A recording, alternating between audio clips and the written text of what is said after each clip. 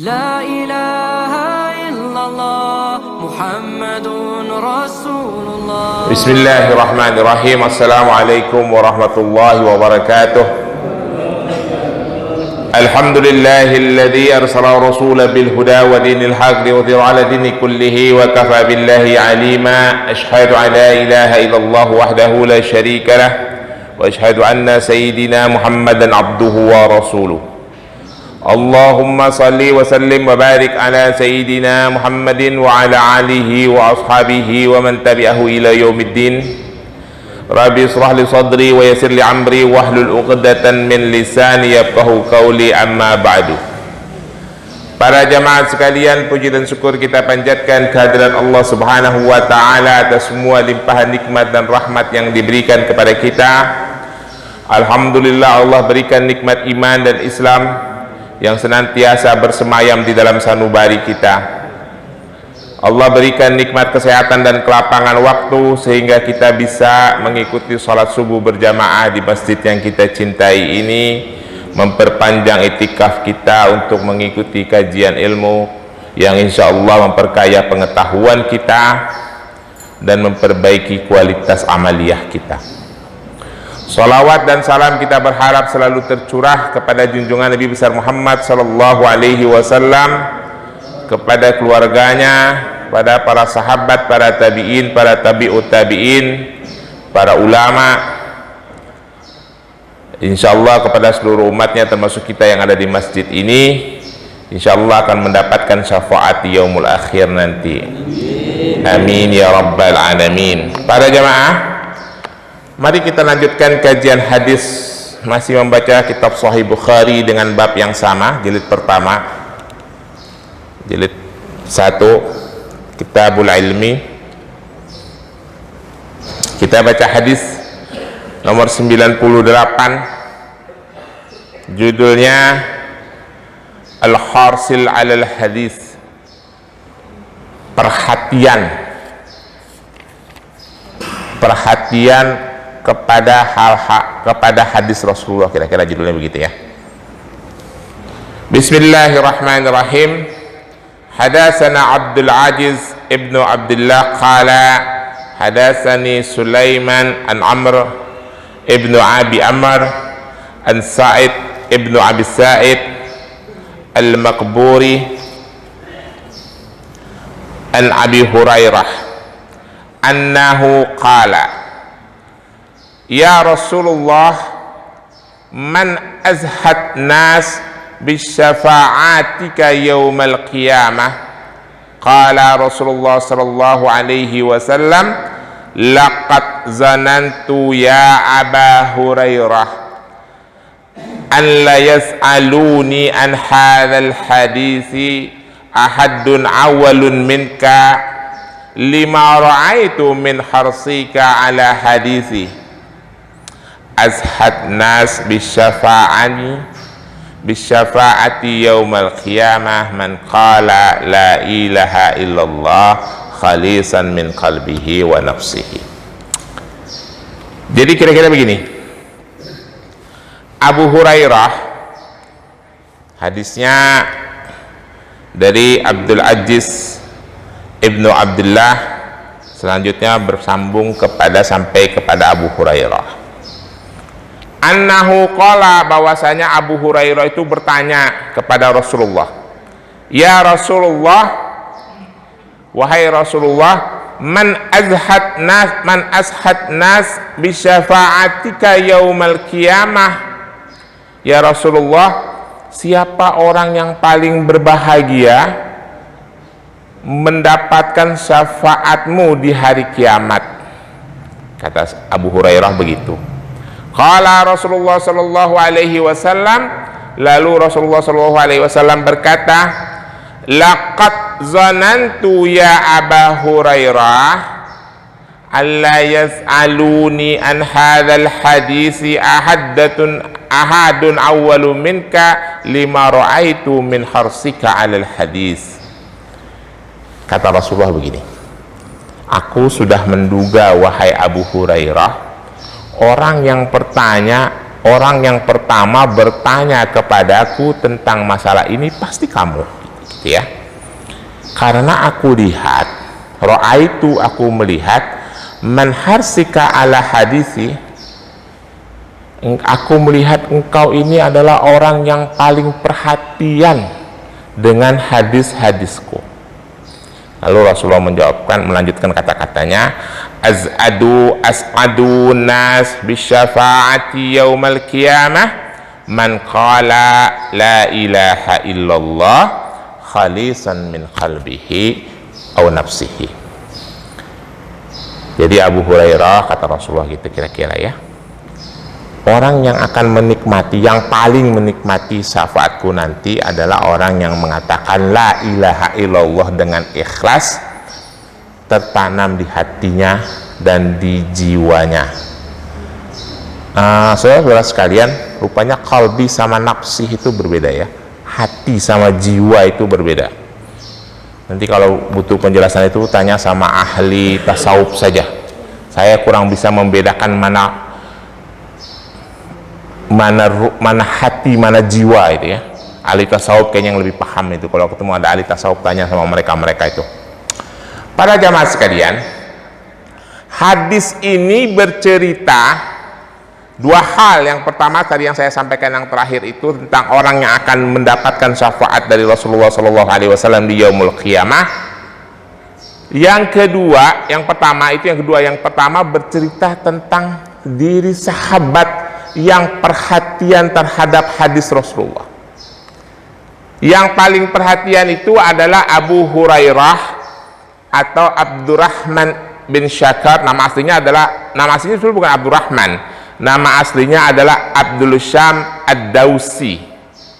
Dia dari Bani Daus di Yaman sana.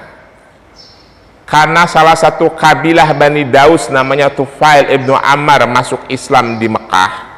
Lalu Tufail ibnu Ammar ini pulang ke kabilahnya, mendakwahi Islam, masuklah ikut ke Islam orang tuanya Tufail dan istrinya, lalu Abu Hurairah.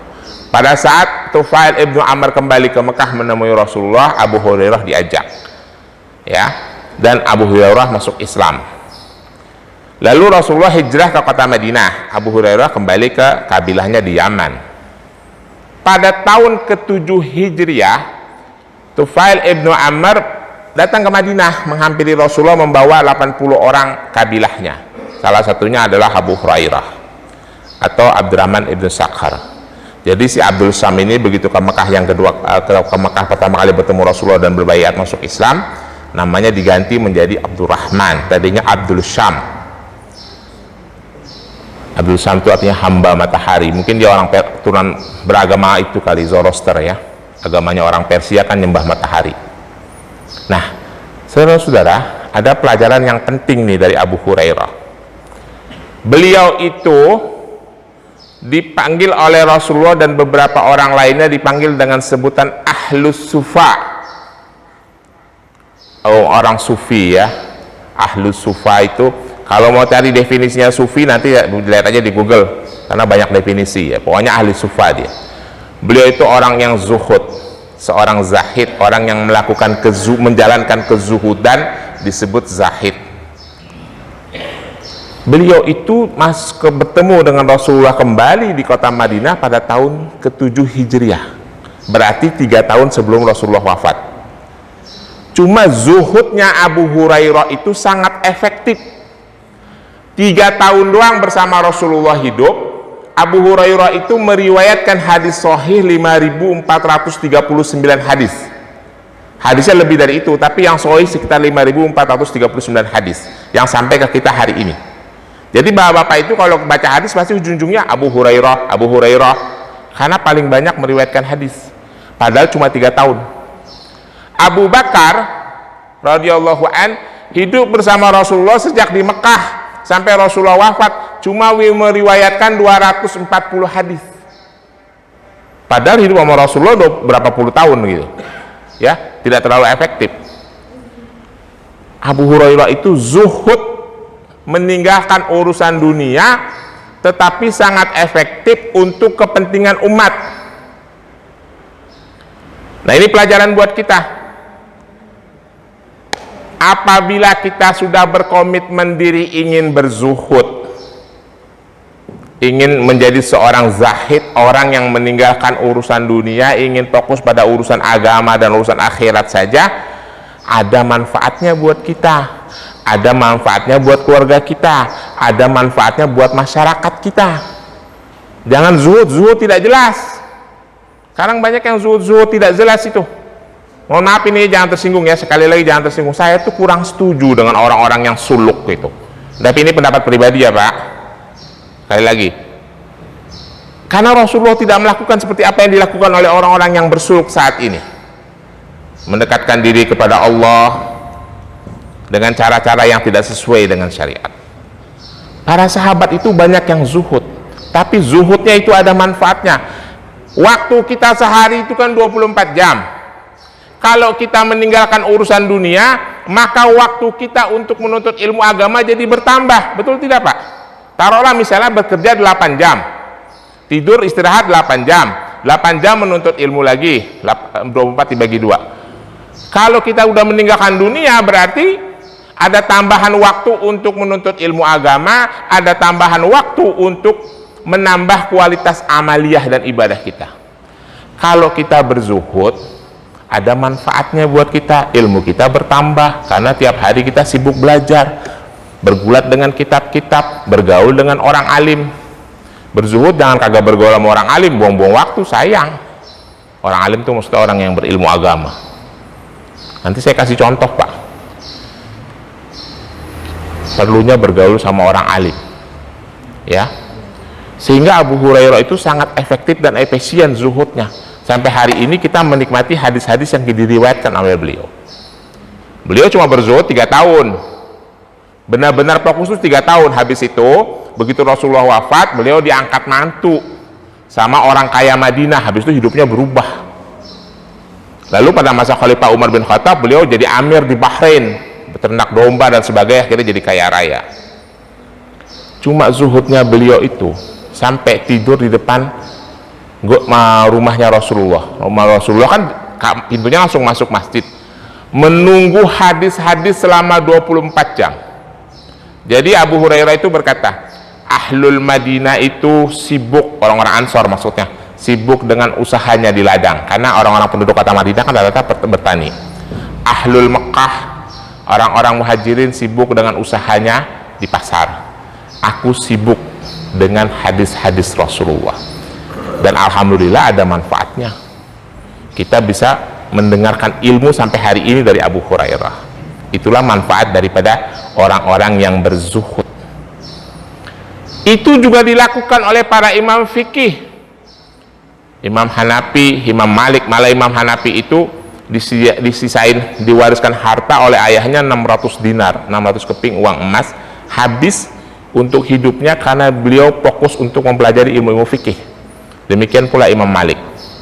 Imam Syafi'i juga begitu ya. Kalau Imam Syafi'i masih berdagang sama dengan Imam Hambali. Jadi zuhud kita itu mempunyai makna dan bermanfaat untuk diri kita, manfaat untuk keluarga kita, untuk lingkungan kita, karena kita menghabiskan waktu untuk belajar agama, lalu ilmu agama itu kita ajarkan lagi kepada orang lain. Itu zuhud yang baik ya. Seorang zahid itu seperti itu. Nah, pelajaran hadis berikutnya adalah Rasulullah mengatakan, man azhad syafaati man qala la ilaha illallah khalisan, dengan orang yang berkata la ilaha illallah dengan ikhlas, min qalbihi wa nafsihi, dia mengucapkan kalimat la ilaha illallah dengan ikhlas di hatinya dan di jiwanya ya. Ini perbedaan antara qalbi dengan nafsi ini nanti tanya aja sama ahli sufi, saya kagak begitu paham hal yang seperti ini. Kebetulan saya adalah orang yang tidak mau memfokuskan ilmu pelajaran pengetahuan saya di bidang hal yang berhubungan dengan tasawuf dan tauhid ya. Saya hanya mau memfokuskan bidang tafsir, hadis dan fikih. Itu penjelasan hadis nomor 98. Nah, kita lanjutkan hadis nomor 100. Yang 99 ini saya pernah sampaikan mengenai hilangnya ilmu pengetahuan diangkat oleh Allah, maka orang itu akan kehilangan ulama dan orang akan meminta fatwa dari orang-orang jahil. Ya, itu udah pernah saya baca, nggak perlu saya ulang, nggak perlu saya baca lagi. Berikutnya adalah hadis nomor 100. Mari kita baca. Bismillahirrahmanirrahim. Hadatsana Adam qala hadatsana Syu'bah qala hadatsani Ibnu Asbani qala sami'tu Abu Salih Az-Zakwan yuhaddisu an Abi Sa'id Al-Khudri qala. Abu Sa'id Al-Khudri sahabat Rasulullah bercerita begini. Qala an-nisa'u lin-nabi sallallahu alaihi wasallam. Kata para wanita berkeluh kesah kepada Nabi sallallahu alaihi wasallam. Mereka berkata, "Ghalabana 'alaika rijalu faj'al lana yawman min nafsika." Fawa'adahuna yawman laqihina fihi fawa'adahuna wa amarahuna faka'ana fima qala lahuna ma minkum imra'atun tuqaddimu salasatan min waladiha illa kana laha hijabun minan nar. Faqalati imra'atun wa isnani faqala wa isnaini. Jadi kata Abu Sa'id Al-Khudri begini, para wanita di kota Madinah, ini hal-hal yang berhubungan dengan ilmu juga ya Pak, pentingnya ilmu agama, memprotes kepada Rasulullah. Beliau berkata, "Ghalabana 'alaika rajulu." Ya Rasulullah, para kaum laki-laki itu, para suami-suami kami, ilmunya lebih tinggi dari kami. Karena apa? Karena mereka mempunyai kesempatan yang luas untuk bertemu dengan engkau, bertanya banyak hal tentang ilmu. Kalau demikian, beri dong kami kesempatan, faj'al lana yauman min nafsika, beri dong kami kesempatan 1 hari saja untuk bertatap muka dengan engkau. Itu kira-kira ya, supaya kami juga punya ilmu seperti para lelaki itu. Bahwa ada huna yabi yauman, maka Rasulullah memberikan janji kepada para wanita, oke lah, Anda semua, kalian para istri-istri itu boleh bertemu dengan saya sehari aja setiap minggu. Ya, saya kasih waktu seminggu untuk ngaji gitu. Maka para wanita itu bertemu dan bertemu dengan Rasulullah untuk mengikuti tausiah Rasulullah 1 minggu sehari setiap 1 minggu. Saudara-saudara sekalian, hadis ini menjadi dalil, menjadi hujah kita itu para suami dibolehkan mengizinkan istri-istri kita untuk mengikuti majelis taklim, kajian ilmu agama, karena Rasulullah juga membolehkan. Karena para istri itu protes, suami-suami saja nih yang ilmunya banyak, para istri tidak. Maka para wanita di kota Madinah meminta waktu 1 hari dalam setiap minggu. Akhirnya mereka 1 hari dalam setiap minggu bertemu dengan Rasulullah, mendengarkan tausiah Rasulullah. Ya, jadi itu tidak dilarang. Izinkan saja istri-istri kita ikut majelis taklim biar mereka pintar, jangan cuma bapak-bapaknya saja yang pintar. Maka dari itu dalam setiap kajian itu saya bilang, sampaikan ini kepada anak istri kita di rumah, karena kesempatan mereka untuk mengikuti taklim tidak seluas kita. Kalau kita kan bisa kemana-mana, ya. Jadi tidak masalah para wanita itu mengikuti kajian supaya ilmu agamanya juga tinggi.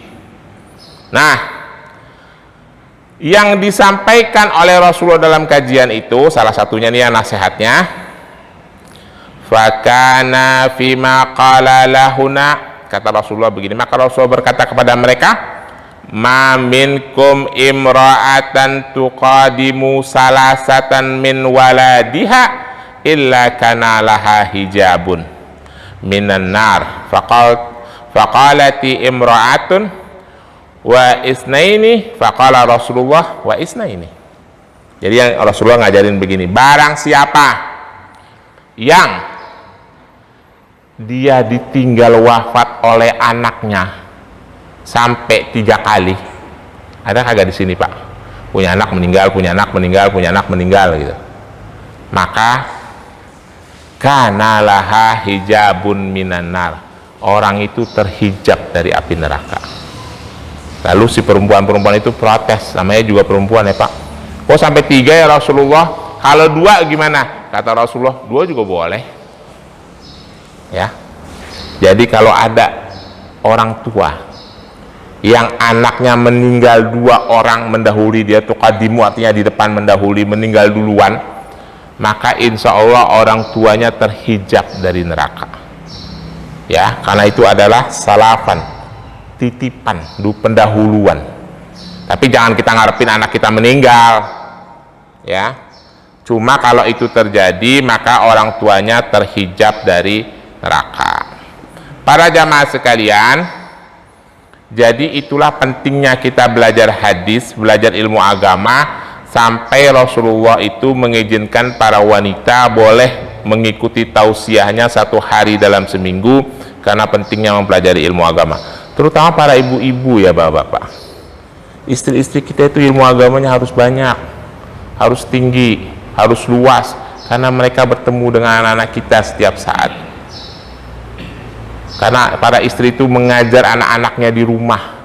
Kalau para istri itu tidak punya ilmu agama, repot bagaimana mereka mau ngajar anak-anaknya ya. Terutama yang muda-muda nih, kalau yang tua-tua mau udah terlanjur lah, anaknya juga udah kagak ada di rumah, udah pergi ke mana tahu. Yang muda-muda saya ingatkan, ilmu agama itu ajarkan istri-istri kita ilmu agama yang benar, yang cukup, supaya mereka bisa mendidik anak-anak mereka ya. Supaya anak-anak sekarang tuh anehnya tingkah lakunya aneh. Baik, itu dia hadis yang kita sampaikan. Lalu kita baca lagi satu hadis lagi, 1 kali lagi, baru jam 5. Ada hadis saudara-saudara yang sejak saya remaja, bukan saya remaja, sejak saya kecil ini hadis mengusik saya. Amin mana amin, mungkin amin tahu kali ini. Saya udah bertanya kepada para ahli hadis, kepada para ulama tentang hadis ini, saya tidak pernah menemukan jawaban dari umur 14 tahun sampai hari ini. Dulu kan kita waktu sanawiyah, aliyah, itu ada pelajaran namanya sirah Islamiyah, sejarah agama Islam. Kalau di kurikulum Departemen Agama itu sejarah dan kebudayaan Islam, gitu ya, sirah Islamiyah. Nah, salah satunya adalah hadis ini yang disampaikan oleh guru saya ini. Menurut saya ini hadis politik, gitu ya. Bapak tahu tidak efek dari pelajaran itu terhadap diri saya? Tapi ini pendapat pribadi ya, pendapat pribadi. Saya sampai hari ini tidak suka dengan yang namanya Muawiyah ibnu Abi Sufyan, sekretaris Rasulullah itu. Padahal sekretaris Rasulullah itu. Saking tidak sukanya saya sampai malas baca-baca hadis dia. Itu tertanam tuh di dalam diri saya sejak saya kecil. Gua tidak suka sama Muawiyah. Saya tidak suka sama Yazid karena dia membunuh Sayyidina Husain, pasukannya. Tapi saya juga tidak suka sama Syiah karena dia ngejelek-jelekin Sayyidina Ali gitu. Memfitnah Sayyidina Ali begini-begini, padahal Sayyidina Ali tidak seperti itu. Itu membekas sekali di dalam diri saya. Sampai setua ini saya paling malas kalau baca qala Muawiyah. Agak demen sama dia nih. Karena dia mengkhianati Sayyidina Ali gitu. Itu membekas karena saya diajarin dari umur 14 tahun ya, 13 tahun, 14 tahun. Apa guru saya ngajarnya terlalu mendalam apa bagaimana, saya nggak tahu tuh waktu di pesantren. Atau mungkin ketika dikisahkan cerita tentang perang Karbala itu sebegitu dramatis, sampai cucu Rasulullah itu dipenggal kepalanya dibakar, tendang-tendang, itu meresap kali ke kita anak-anak pesantren itu, sehingga ada kebencian di dalam diri kita kepada. Saya agak betul terang, saya jujur, saya benci dengan Daulah Bani Umayyah itu, apalagi bercerita tentang kekejamannya kepada keluarga Rasul setelah itu. Bukan karena saya kagum sama Syiah ya Pak, saya juga benci sama Syiah gitu. Itu contohnya ya. Nah, ini hadis yang membuat saya galau bertahun-tahun. Sekarang saya mau membagi kegalauan saya sama bapak-bapak, mudah-mudahan kita galau bersama. Karena saya udah nanya sama ulama-ulama ini, kagak pernah dapat jawaban yang benar. Menurut saya tidak memuaskan saya sejak saya kecil. Mari kita baca. Bismillahirrahmanirrahim. Hadis nomor 114. Hadatsana Yahya ibnu Sulaiman qala hadatsani ibnu Wahab qala akhbarani Yunus an ibnu Shihab an Abdullah ibnu Abdullah an ibnu Abbas qala. Jadi ibnu Abbas berkata begini, lama istada bin Nabi sallallahu alaihi wasallam waju'uhu qala i'tuni bi kitabin uktub lakum kitaban la yadilu ba'dahu. Qala Umar, inna nabi sallallahu alaihi wasallam golabahu waja'u wa indana kitabullah hasbuna fakhtalafu wa kasaru laghatin. Qala qaum kumu anni wala yanbaghi inda tanazu'u. Fakharaja Ibnu Abbas yaqulu inna raziyatu kullu raziyah ma'ahallu baina Rasulullah sallallahu alaihi wasallam wa baina kitabuhu. Jadi ceritanya gini Pak, ketika Rasulullah habis peristiwa Rasulullah diracun itu di satu kabilah, di minumannya taruhin racun. Rasulullah kan pulang lalu sembuh. Rupanya racun itu masih ada sisanya di dalam tubuhnya. Beberapa saat menjelang Rasulullah wafat, badannya itu panas, pengaruh dari racun itu. Nah, saya pernah ditanya nih masalah ini. Malam-malam saya ditanya, Ustadz, emang benar Rasulullah itu meninggal karena diracun? Masa iya sih Rasulullah bisa diracun? Saya bilang, Nabi itu yang dibunuh aja ada, apalagi cuma diracun. Saya bilang kayak gitu. Nabi Zakaria, Nabi Yahya itu dibunuh itu sama pasukannya Raja Herodes. Dan ada di Al-Quran, apalagi cuma diracun. Saya bilang, ya bisa jadi benar gitu loh, bisa jadi juga tidak gitu. Tapi Nabi itu yang dibunuh aja ada, gue bilang, apalagi cuma diracun gitu ya. Nah, badannya Rasulullah itu panas. Lalu beliau bilang begini, menjelang wafat ya. Di situ berkumpullah para sahabat. Ada Ali, ada Umar, ada Ibnu Mas'ud, ada yang lain-lain. Abu Bakar tidak ada. Rasulullah bilang begini, Utuni bi kitabin uktub lakum kitaban la yudhilu ba'dahu. Kata Rasulullah, bawain saya kertas dan pensil. Saya ingin menulis sesuatu, la yudhilu ba'dahu, menulis sesuatu wasiat yang nanti kalian setelah saya tuliskan pesan ini tidak akan sesat setelahnya. Qala Umar, berkata Umar, inna nabi sallallahu alaihi wasallam golabahu waja'u. Sesungguhnya Nabi SAW golabah itu artinya naik, semakin melebihi gitu ya. Jadi kira-kira begini, Rasulullah SAW itu semakin parah sakitnya. Wa indana kitabullah, dan di sisi kami ada kitab Allah, hasbuna, cukuplah itu bagi kami. Jadi pada saat Rasulullah diminta dibawain kertas sama pensil, sini bawa pensil, Rasulullah itu udah berbaring, udah nggak kuat apa-apa. Ini saya bukan mendramatisir ya Pak, emang saya juga agak ngeliat waktu itu. Kira-kira ceritanya begitu, saya diceritain sama guru saya dulu. Rasul udah berbaring, nggak bisa apa-apa, tolong bawain kertas sama pena, saya ingin menulis wasiat. Umar nggak mau bawain. Pada saat sahabat ingin bawain, bilang, jangan, kata Umar, jangan dibawain. Kita sudah cukup, udah ada Al-Quran. Ibnu Mas'ud marah, Ali marah. Waktu Ali mau bawa, Umar melarang, sehingga di kamar Rasulullah yang kecil itu terjadi perdebatan karena Rasulullah sedang sakit. Nah, sampai Rasulullah marah dalam keadaan sakit itu. Fakhtalafu, maka terjadi ikhtilaf, perdebatan gitu ya. Wa kasaru, yang menjadi perdebatan yang banyak. Lughatun, terjadi gaduh. Lughat itu gaduh, rame gitu, pada ribut. Karena pada ribut sampai Rasulullah marah. Rasulullah bilang, qumu ani, pergi, pada berdiri dulu gitu, kira-kira begitulah. Wala yambaghi indi taza'u, jangan kalian itu pada ribut deket saya gitu loh, saya lagi sakit, sana pergi. Orang gue minta surat, gue minta pensil doang sama kertas, lu kagak bawa, lu malah pada berantem, kira-kira begitu. Nah, akhirnya mereka pada keluar, itu kertas kagak dibawa sama pensil, nggak dikasih ke Rasulullah. Nah, di luar itu yaqulu maka Ibnu Abbas berkata, inna raziyatu kullu raziyah. Ini bencana, benar-benar bencana. Ma'ahallu baina Rasulullah sallallahu alaihi wasallam wa baina kitabi. Kita tidak boleh ini berantem di depan Rasulullah. Nggak benar ini kita semua, kata Ibnu Abbas begitu. Jadi, saudara-saudara, saya bertanya nih kepada guru-guru saya dari saya dulu. Nah, ini ceritanya begini ya sebelumnya. Para orang-orang yang setia kepada Sayyidina Ali mengatakan, seandainya saat itu itu Rasulullah dikasih surat, dikasih kertas sama pena, Rasulullah akan menulis wasiat bahwa penggantinya setelah beliau yang menjadi khalifah adalah Sayyidina Ali. Tetapi Umar sudah tahu, seakan-akan sudah tahu bahwa Rasulullah akan menulis wasiat itu. Umar kan tidak suka dengan Sayyidina Ali, mereka sering berantem. Umar khawatir kalau itu jangan-jangan buat nulis wasiat nih kepada Ali, gue nggak mau, makanya gue bilang jangan dibawain kertas gitu loh, jadi pada ribut mereka. Nah, makanya saya katakan ini hadis politik nih. Yang menjadi pertanyaan saya, Pak, mudah-mudahan bapak-bapak juga ikut bertanya dalam benak bapak-bapak seperti saya. Kenapa para sahabat itu berani berdebat di depan Rasulullah? Padahal Rasulullah lagi sakit. Kita kalau orang tua kita sakit aja kita agak mau ngomong kencang-kencang, betul kagak, Pak? Pertanyaan yang kedua, kenapa dari sekian banyak orang itu nggak ada yang ngotot bawain kertas sama pensil kepada Rasulullah? Semuanya takut sama Umar.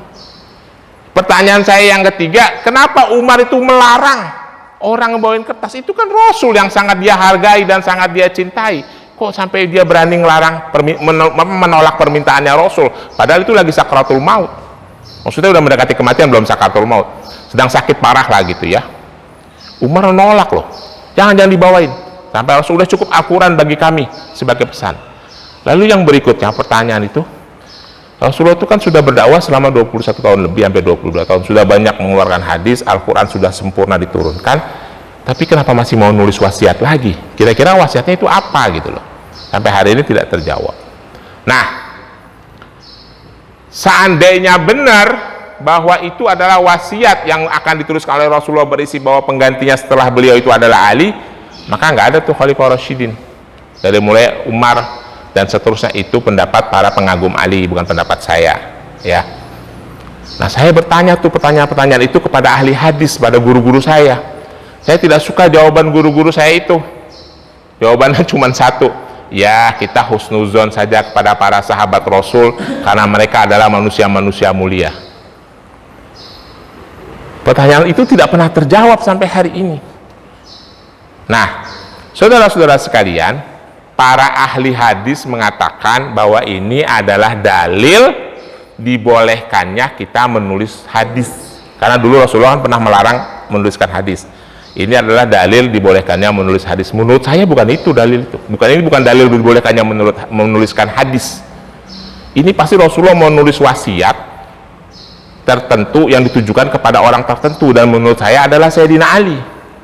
Tapi karena wasiat itu tidak sampai tertulis karena dilarang oleh Umar, maka adalah Khalifah Abu Bakar, Umar, Utsman dan seterusnya ke Ali. Ya, wallahu alam bisawab, tapi itu takdir. Cuma hadis ini membuat saya gundah sekian lama dan sampai hari ini. Gitu loh. Seandainya itu terjadi itu penulisan, mungkin sejarah berubah gitu loh. Kagak ada Syiah, nggak ada Khawarij gitu ya. Tapi ya udahlah, itu sudah terjadi gitu ya. Nah, ini di dalam ulama-ulama hadis mengatakan itu hadis tentang dibolehkannya menuliskan hadis, dalil tentang dibolehkannya menulis hadis. Tapi menurut saya bukan. Karena ini ada di dalam Sahih Bukhari dan ini adalah hadis sahih, maka saya bacakan. Jadi pesan dari 3 hadis itu adalah kita diharuskan sebagai seorang muslim untuk fokus mempelajari hadis-hadis Rasulullah, karena kedudukan hadis adalah di bawah ayat-ayat Al-Quran dan menjadi sumber hukum Islam. Saya kira begitu, lebih kurangnya mohon maaf. Kalau ada pertanyaan saya persilahkan. Ada pertanyaan? Yuk silahkan Pak Aud. Assalamualaikum warahmatullahi wabarakatuh. Waalaikumsalam warahmatullahi wabarakatuh. Yang saya pertanyakan yang terakhir aja Pak, karena saya baru datang tadi. Jadi masalah tadi asbab ulama mengatakan asbab daripada penulisan hadis. Jadi bahwa Rasulullah minta pulpen sama kertas untuk membuat wasiat. Nah, ini tolong diperjelas lagi Pak Ubay, ulama mana yang mengatakan itu untuk asbab daripada hadis itu ditulis, dan ulama mana yang ada nggak rujukannya yang itu bukan asbab dari hadis, yang seperti Pak Ubay katakan, menurut Pak Ubay itu bukan untuk penulisan hadis gitu. Terus kalau tidak salah lagi, Rasulullah ketika mau meninggal dia berwasiat dengan kata-kata as-sholatu as-sholat, umati anisa. Nah, tolong ini diperjelas tadi masalah perbedaan itu gitu. Kalau memang ada, misalkan ini bukan asbab penulisan hadis, kira-kira dari ulama mana ini sebagai penulisan hadis, awal penulisan hadis.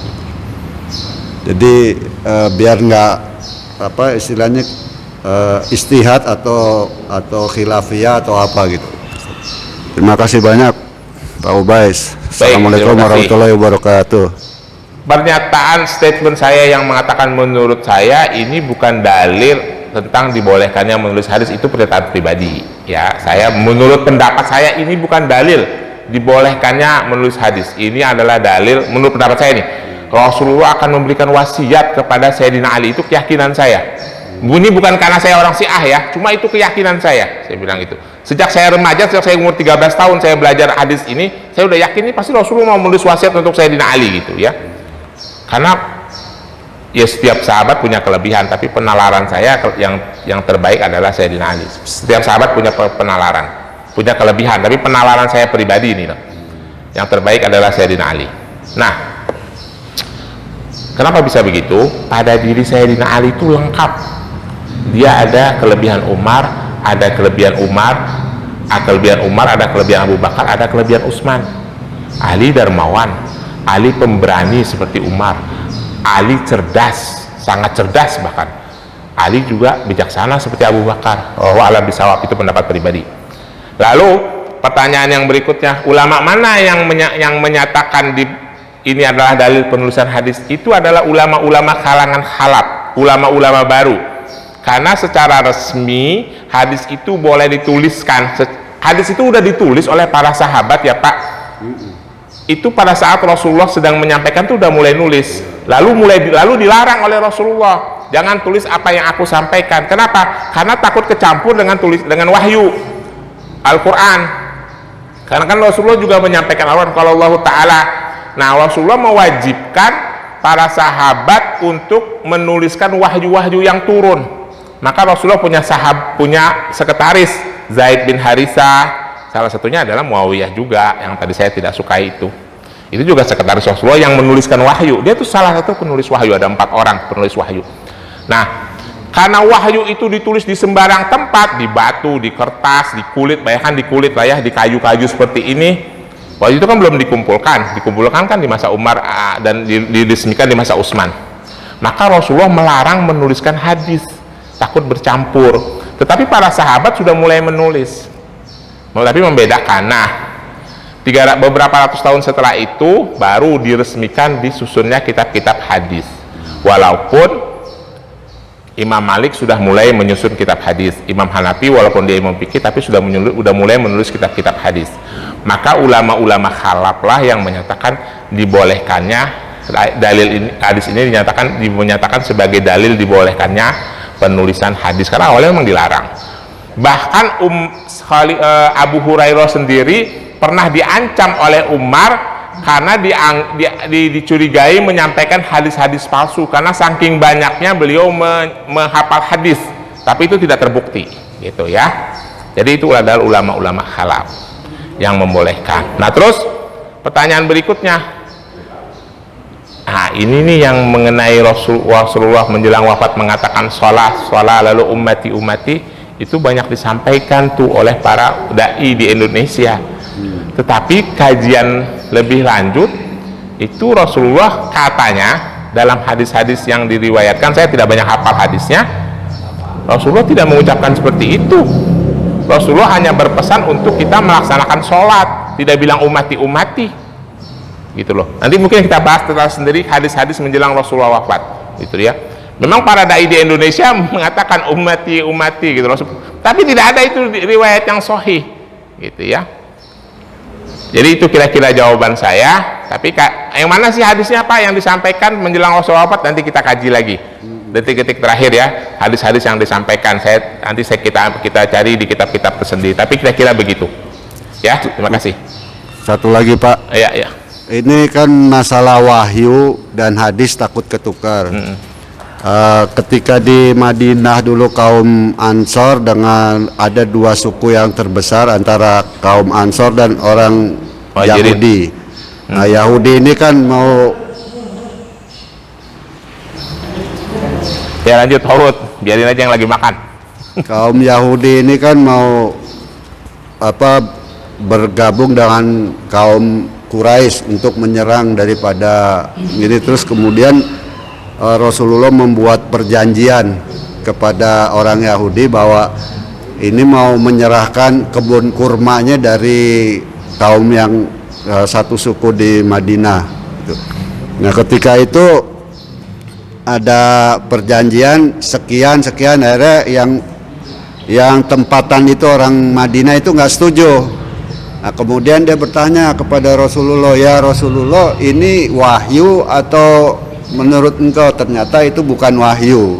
Akhirnya orang Yahudi itu orang Ansor tempatan itu yang satu suku, saya lupa nama sukunya, akhirnya tidak memberikan hal seperti itu. Jadi apakah Rasulullah ketika turun wahyu itu menjelaskan wahyu atau tidak menjelaskan bahwa ini wahyu gitu loh. Jadi itu aja pertanyaannya Pak. Oh kalau itu jelas, jadi ketika wahyu akan turun Rasulullah menjelaskan. Jadi kan wahyu itu turun ketika dari dalam berbagai keadaan, pada saat Rasulullah sendiri maupun Rasulullah sedang beramai-ramai. Kalau sedang di depan para sahabat ngelihat sendiri karena sikap Rasulullah berubah pada saat wahyu itu turun. Ketika dia sedang berbicara, tiba-tiba malaikat Jibril mau menyampaikan wahyu, dia udah lihat secara batin ya tentunya. Itu wahyu itu akan turun, beliau diam, mukanya agak merah, lalu sedikit bergetar dan keluar keringat. Itu para sahabat udah tahu, wah ini wahyu lagi turun gitu loh. Mungkin karena itu kan kalamullah ya, betapa beratnya menerima kalamullah itu. Walau alam bisawab lah keadaannya, apakah Jibril berdiri di depannya menyampaikan atau bagaimana. Tetapi pada saat turun, pada saat Rasulullah sendiri, lalu para sahabat tidak ada, Rasulullah menyampaikan, kemarin Jibril menyampaikan kepadaku begini gitulah ya. Rasulullah membedakan mana itu wahyu, mana itu hadis qudsi, mana itu hadis yang dari beliau. Kalau Rasulullah itu ada pembahasannya tersendiri. Tapi itu jelas dibedain, jelas ya. Yuk, ada lagi Pak Dwi, yuk monggo. Tadi disampaikan oleh Ustaz bahwasanya tidak menyinggung ataupun tidak mengkaitkan dengan atau sufi ataupun tasawuf. Nah, pertanyaan saya, apakah menurut Ustadz adakah tasawuf ini? Apakah ada tasawuf ini ataupun sufi itu? Ada. Rasulullah sendiri jadi gini. Jadi ceritanya begini ya, cerita awal pertama sebutan sufi itu menurut sejarah. Ketika umat Islam berhijrah ke kota Madinah, lalu umat Islam sudah stabil 5 atau 6 tahun setelah hijrah, banyak dari kabilah-kabilah lain yang datang ke kota Madinah ingin berbaiat berhadap Rasulullah menjadi umat muslim dan tidak kembali ke kabilahnya. Seperti salah satunya adalah Abu Hurairah. Tetapi kan mereka tidak punya tempat tinggal dan tidak ditampung oleh kaum Ansor. Nah, mereka tidur di halaman masjid. Bukan cuma Abu Hurairah, ada beberapa orang. Rasulullah memanggil mereka Ahlus Sufa. Jadi kejadiannya begini, satu hari pertama kali kata-kata itu keluar dari mulut Rasulullah. Rasulullah itu pertama kali satu hari Abu Hurairah tuh perutnya lapar karena belum makan. Nah, dia kan berzuhud tuh. Sampai perutnya ini diganjel sama batu, diikat sama sorban biar kempes, biar nggak sakit. Nah, ada Abu Bakar, dia manggil Abu Bakar, harapannya supaya dikasih makanan. Ya Abu Bakar, ajarkan aku tentang satu ayat Al-Quran. Padahal bukan minta diajarin supaya dikasih makan, ini pembuka aja. diajarin Abu Bakar, dia pergi. Wah, Abu Bakar nggak peka ini. Lalu Umar lewat, Abu Hurairah mengucapkan kalimat yang sama, diajarin, pergi. Padahal dia semakin lapar. Akhirnya dia sampai tertidur di masjid karena saking laparnya, Pak. Rasulullah lihat, yang peka cuma Rasulullah. Ya Abu Hurairah, ayo ikut ke rumah. Waktu itu ceritanya nih, ini cerita ya. Di rumah Rasulullah juga nggak ada makanan. Cuma Rasulullah pede aja gitu, ayo ikut ke rumah, siapa tahu ada makanan. Sampai di kamarnya Rasulullah kan nempel sama masjid, ada satu baskom susu segar. Banyak kan satu baskom. Kalau buat Abu Hurairah doang lebih. Maka Rasulullah mengatakan, ya Abu Hurairah, panggil itu ahlus sufa, teman-teman kamu yang suka tidur di halaman masjid gitu. Nah, sejak itulah sahabat-sahabat Rasulullah yang suka tidur di halaman masjid itu disebut ahlus sufa. Ya, kalau masalah kata-kata sufa, kata-kata sufi, kata-kata tasawuf, nanti cari aja sendiri ya di Google, itu mah gampang. Karena itu ada berbeda-beda pendapat. Nah, tradisi itu dilanjutkan oleh Uwais Al-Qarni. Uwais Al-Qarni mengikuti hidup dari Yaman, datang mengikuti pola hidup zuhudnya Abu Hurairah. Maka sejak itulah ada ahli sufi gitu loh, dan diikuti oleh ulama-ulama belakangan menjadi bagian dari ajaran agama Islam, ajaran tasawuf itu. Cuma saya memang tidak mau masuk ke ranah itu. Saya nggak ngerti lah urusan begituan. Saya ngerti yang saya udah berkali-kali bilang, saya itu maunya mempelajari yang tersurat saja, yang tersirat itu saya kurang-kurang paham gitu loh, sulit memahaminya gitu loh. Makanya kalau ada orang nanya tentang hal yang berhubungan dengan tarekat, dengan hakikat, dengan tasawuf, saya belajar lama itu, dan saya belajar sama salah satu mursyid. Cuma menurut saya itu saya tidak bisa ajarin lagi ke orang lain gitu loh. Jadi cuma saya bilang saya nggak tahu hal-hal yang begituan, dan saya tidak mau membahas gitu loh. Termasuk juga dengan ilmu kalam, saya kurang membahas. Kalau masalah fikih boleh tanya, mengenai hadis boleh tanya, masalah tafsir boleh tanya, karena itu semuanya tersurat Pak, tinggal dibaca gitu loh kan, ditelaah. Tapi kalau ilmu tasawuf itu banyak yang tidak tersurat, semuanya ada beberapa yang tersirat, yang kita sulit menteorikannya gitu. Jelas ya Pak? Tapi akhirnya kan tersurat juga, kan ada bukunya. Ya itu panduannya, kalau itu sih itu panduannya. Contoh nih yang paling gampang ya, istilah takhalli, tahalli, tajalli, itu mah gampang diucapin, tapi prakteknya bagaimana? Sama tidak, misalnya saya mursyidnya Bapak, misalnya nih saya ngalamin tuh yang namanya tajalli, belum tentu Bapak bisa ngalamin yang seperti saya alami, karena emang sulit diajarin. Itu tidak tersurat, nggak jelas langkah step-stepnya gitu, nggak sistematis gitu. Jelas ya? Demikian, terima kasih. Assalamualaikum warahmatullahi wabarakatuh.